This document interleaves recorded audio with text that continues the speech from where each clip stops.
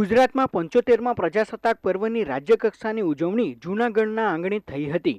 જૂનાગઢના પીટીસી ગ્રાઉન્ડમાં આયોજિત કાર્યક્રમમાં રાજ્યપાલ આચાર્ય દેવવ્રતના હસ્તે ધ્વજવંદન કરવામાં આવ્યું હતું।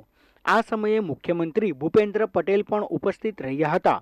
75મા પ્રજાસત્તાક પર્વની રાજ્યકક્ષાની ઉજવણીમાં coast guard, BSF, Chetak commando, Gujarat marine commando force, SRP, Gujarat jail વિભાગ સહિત વિવિધ જિલ્લાના પોલીસને 25 પ્લાટૂન જોડાઈ હતી। જૂનાગઢ જિલ્લાની વિવિધ શાળા કોલેજના વિદ્યાર્થીઓ દ્વારા રાસ ગરબાની રમઝટ કરવામાં આવી હતી।